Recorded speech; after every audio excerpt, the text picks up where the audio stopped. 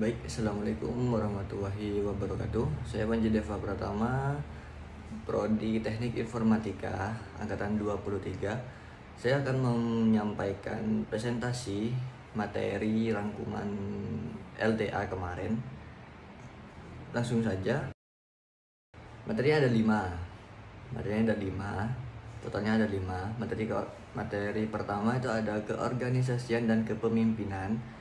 Yang kedua ada peran teknologi cerdas. Yang ketiga ada berpikir kritis di era informasi. Yang keempat keamanan dan privasi. Yang kelima dan yang terakhir adalah jurnalistik. Oke, langsung saja masuk materi yang pertama. Sebelumnya saya mohon maaf kepada kakak panitia. Di ketentuannya dilarang baca ya. Dilarang baca, tapi ya karena kita manusia bukan nabi boy, nggak bercanda. Oke, langsung saja. Yang pertama ada keorganisasian dan kepemimpinan. Apa itu kepemimpinan? Kepemimpinan adalah kemampuan untuk mempengaruhi perilaku orang lain atau kelompok ke arah pencapaian tujuan organisasi.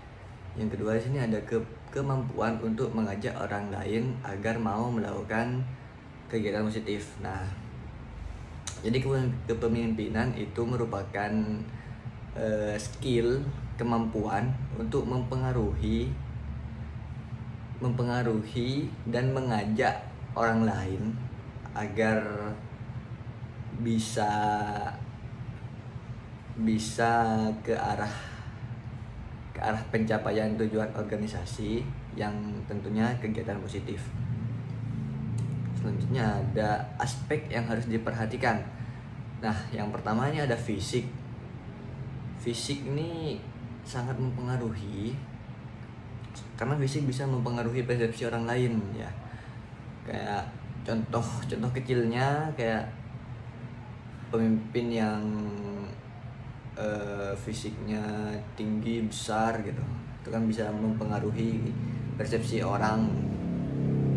Yang kedua ada intelektual ini contohnya kayak kreatif gitu, IQ kreatif. Yang ketiga ada emosional. Nah, emosional di sini kayak mampu mempengaruhi emosinya dan emosi orang lain gitu. Nah, yang keempat ada sosial, mampu membangun banyak jaringan relasi. Nah, yang terakhir ada moral. Moral di sini adalah etika efek jangka panjang. Selanjutnya ada jenis-jenis kepemimpinan. Yang pertama ada leadership 1.0. Leadership 1.0 ini kayak kepemimpinan yang diwariskan gitu. Nah, yang leadership selanjutnya ada leadership 2.0. Nah, leadership 2.0 di sini kayak mengandalkan orang lain kayak mau ngelamar kerja tapi mau ngelamar kerja, omnya manajer atau apa, HRD, CEO atau apa. Nah, itu ngandelin omnya gitu. Yang ketiga ada leadership 3.0. Nah, ini leadership 3.0 ini yang bener-bener kerja keras gitu, hasil kerja kerasnya gitu. Oke, masuk materi kedua, peran teknologi cerdas. Apa itu teknologi? Teknologi di sini merupakan alat untuk mempermudah manusia dalam kehidupan sehari-hari. Teknologi dapat membantu manusia pada berbagai bidang seperti kesehatan, bisnis, media pembelajaran dan lain-lain. Terus di sini ada fungsi utama teknologi tentunya. Pertama ada efisiensi, yang kedua ada efektivitas, yang ketiga ada branding, terus yang terakhir ada transformasi. Nah, bicara tentang teknologi sekarang makin berkembang dan sudah berbasis AI juga tentunya. Kita masuk pembahasan apa itu AI. AI atau kecerdasan buatan adalah cabang dari ilmu komputer yang berfokus pada pembuatan mesin atau program yang mampu melakukan tugas-tugas yang biasanya memerlukan kecerdasan manusia. Ini mencakup kemampuan untuk belajar dari data, mengenali pola, memahami bahasa alami, dan membuat keputusan. Nah, AI di sini ada dampak positif dan ada dampak negatifnya juga tentunya. Kalau diperlakukan atau digunakan dengan bijak, ya jadi dampak positif, dan sebaliknya jadi dampak negatif gitu. Di sini ada empat ini dampak positif. Yang pertama ada efisiensi dan produktivitas, yang dimana AI dapat otomatisasi tugas-tugas rutin, meningkatkan efisiensi dan produktivitas di berbagai sektor. Yang kedua ada inovasi dan penemuan. Di sini mempercepat penelitian dan pengembangan, memungkinkan penelitian baru dalam berbagai bidang. Yang ketiga ada peningkatan kualitas hidup, digunakan dalam diagnostik medis, pembelajaran yang dipersonalisasi, dan aksesibilitas untuk penyandang disabilitas. Nah, yang terakhir di sini ada keamanan dan keberlanjutan, membantu dalam mendeteksi ancaman keamanan siber dan optimisasi penggunaan sumber daya alam. Selanjutnya di sini ada dampak negatif AI. Yang pertama ada pengangguran. AI dapat menggantikan pekerjaan yang dilakukan oleh manusia. Nah, betul. Jadi AI sudah banyak menggantikan pekerjaan manusia. Sudah banyak yang bisa dilakukan oleh AI, jadi nggak perlu manusia. Yang kedua di sini ada ketimpangan sosial. Tidak semua orang memiliki akses yang sama terhadap teknologi AI, memperbesar kesenjangan ekonomi dan sosial. Nah, AI ini gak semuanya bisa diakses ya, bukan harus sih, kayak ada beberapa yang harus diakses dengan berbayar, jadi itu bisa mempengaruhi kesenjangan sosial juga. Yang ketiga ada keamanan dan privasi. Di sini risiko penyalahgunaan data dan ancaman dari penggunaan AI dalam teknologi militer. Yang selanjutnya ada bias dan diskriminasi. AI dapat memperkuat bias yang ada dalam data, menghasilkan keputusan yang tidak adil. Dan yang terakhir di sini ada ketergantungan pada teknologi. Saya sebagai mahasiswa dan juga banyak teman-teman mahasiswa yang bisa dibilang ketergantungan sih sebenarnya.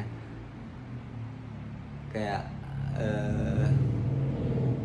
tugas deadline-nya nanti malam, ujung-ujungnya AI. Materi ini AI. Oke, masuk materi berikutnya. Berpikir kritis di era informasi. Nah, di sini ada membangun 7 kebiasaan. Yang pertama, jadilah aktif, produktif, kayak jangan mager gitu. Yang kedua, mulailah dari akhir. Jadi kita mulainya itu dari akhir. Terus yang ketiga di sini ada prioritas. Jadi kita itu mengerjakan sesuatu yang lebih prioritas terlebih dahulu gitu. Kayak yang penting-penting dulu, yang gak penting belakangan gitu. Yang keempat di sini berpikir menang-menang. Jujur di poin nomor 4 ini saya kurang paham karena emang pematerinya. Oke, yang kelima ada memahami orang lain. Nah, jadi kita kalau mau dipahami itu harus memahami orang lain ya. Terus yang keenam ada sinergi. Yang ketujuh ada mengasah diri. Jadi kita asah diri kita, asah skill kita, asah minat kita, asah bakat kita gitu. Oke, masuk ke materi berikutnya. Ada keamanan dan privasi di sini. Privasi penting. Jadi langsung ada privasi penting. Jadi privasi adalah hak individu untuk menjaga informasi pribadi dan kegiatan mereka dari pengawasan atau intervensi oleh pihak lain tanpa izin. Nah, jadi privasi ini hak kita untuk melindungi informasi-informasi diri dari oknum-oknum yang tidak bertanggung jawab gitu. Di sini ada privasi digital. Di sini ada privasi digital adalah konsep yang melindungi informasi dan aktivitas individu di dunia maya dari akses pengumpulan dan penggunaan yang tidak sah. Nah, sini juga privasi digital nih lebih ke digitalnya ya. Kayak informasi pribadi kita gitu, alamat kita, nomor telepon kita. Keamanan adalah konsep yang mencakup berbagai tindakan dan sistem yang dirancang untuk melindungi seseorang, seperti akses penggunaan, gangguan, atau penghancuran yang tidak sah. Ini termasuk praktik-praktik seperti enskripsi data, kontrol akses, dan kebijakan keamanan informasi. Nah, di sini keamanan itu kayak tindakan yang dirancang untuk melindunginya gitu. Nanti kita bahas. Selanjutnya di sini ada upaya melindungi privasi. Nah, yang pertama itu tidak menggunakan wifi publik. Karena apa? Wifi publik itu kan kita nggak tahu ininya ya, nggak tahu asal usulnya gitu. Jadi bisa aja data pribadi kita itu disimpan gitu.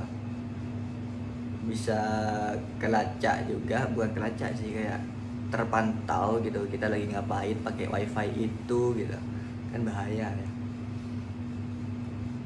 Yang kedua di sini batasi app permission. App permission tuh kayak kita ngunduh aplikasi terus di aplikasinya itu izinkan menghidupkan lokasi gitu. Itu kita jangan sembarangan mengizinkan ya. Ya, izinkan mengakses kontak, mengakses kamera gitu, mengakses mikrofon gitu. Kita jangan sembarangan mengizinkan, karena kita belum tahu pasti juga aplikasinya itu bijak enggak gitu. Tapi kalau aplikasi-aplikasi resmi yang benar-benar resmi kayaknya aman deh. Yang ketiga di sini adalah bijak dalam penggunaan medsos. Nah, ini yang banyak terjadi. Kayak kita update status di sini, update status lagi ngapain gitu. Itu kan bisa jadi konsumsi ya, bisa disalahgunakan juga untuk tindakan kriminal dan sebagainya.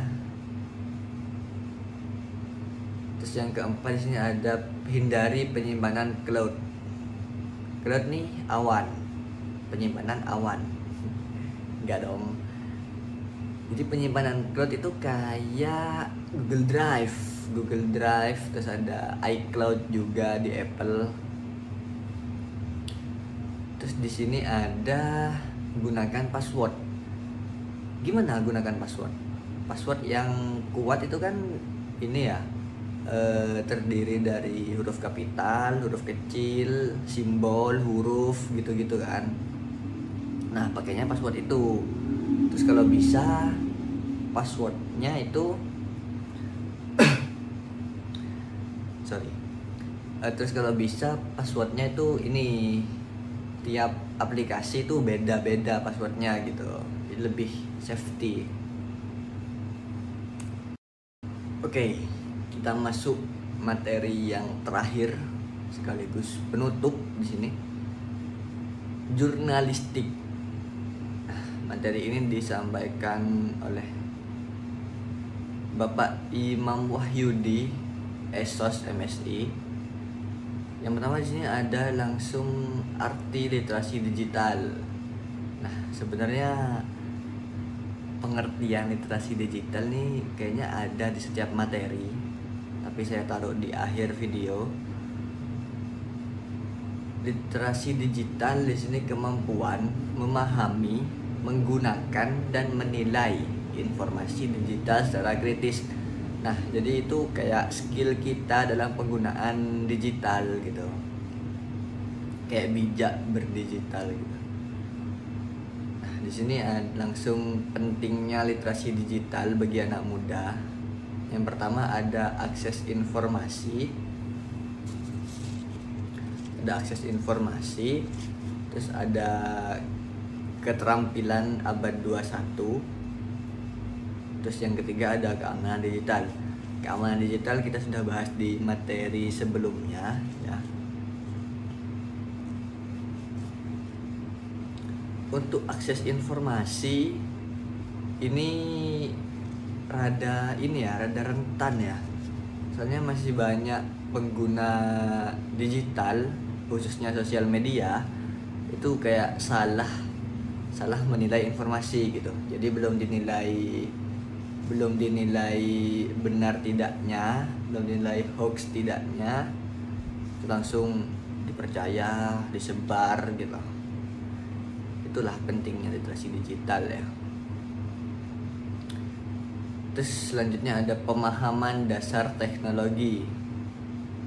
Yang pertama ada smart, yang kedua ada keamanan dan privacy, yang ketiga ada etika dan kesadaran sosial, yang keempat ada penyaringan informasi. Nah, dibahas penyaringan informasi.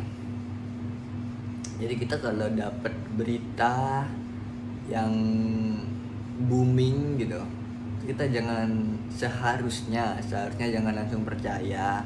Kita pastikan dulu itu dari sumber mana, sumbernya itu apa gitu. Kalau sumbernya dapat dipercaya kayak Kompas gitu atau yang lain, itu baru nggak apa dipercaya, di share gitu. Kalau belum pasti sebaiknya jangan di share, takutnya banyak korban hoax. Yang kelima di sini ada kreativitas digital. Kreativitas digital ini banyak macamnya ya. Kayak kita jadi vlogger, jadi selebgram, jadi influencer gitu. Yang keenam ada kolaborasi online. Kolaborasi online di sini sebenarnya ini dampak yang sangat positif ya di era sekarang ini, di era digital ini, karena kita bisa memperluas relasi itu lewat digital, lewat online gitu. Sangat banyak udah contohnya, kayak collab gitu. Baik, sekian videonya, sekian presentasinya. Semoga durasinya cukup dari limitnya ya, dari minimalnya, karena jujur ngeditnya masih besok, karena ini sekarang sudah jam 1 malam ya.